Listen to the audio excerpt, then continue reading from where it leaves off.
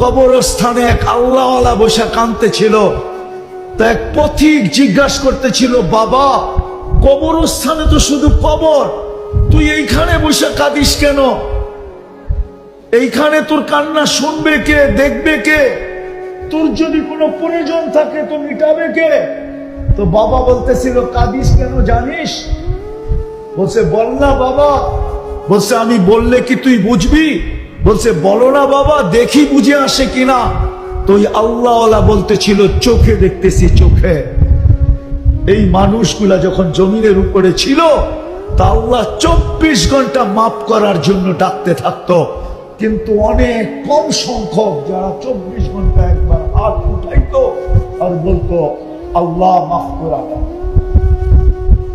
তো বাবা বলতেছিল, চোখে দেখতেছি এই মানুষগুলা যখন উপরে ছিল তা আল্লাহ মাফ করার জন্য ডাকতেন, কেউ হাত তুলতো না।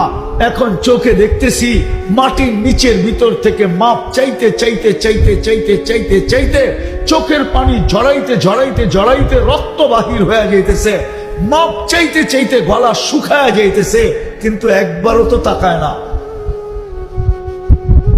একবারও তো তাকাবে? তাকাবে? কবরে যায় কাঁদলে তাকাবে? এই জন্য মেরে দোস্ত দামি মানে তাইলেই জান্নাত দিয়ে কিনবে, নাইলে কিনবে না।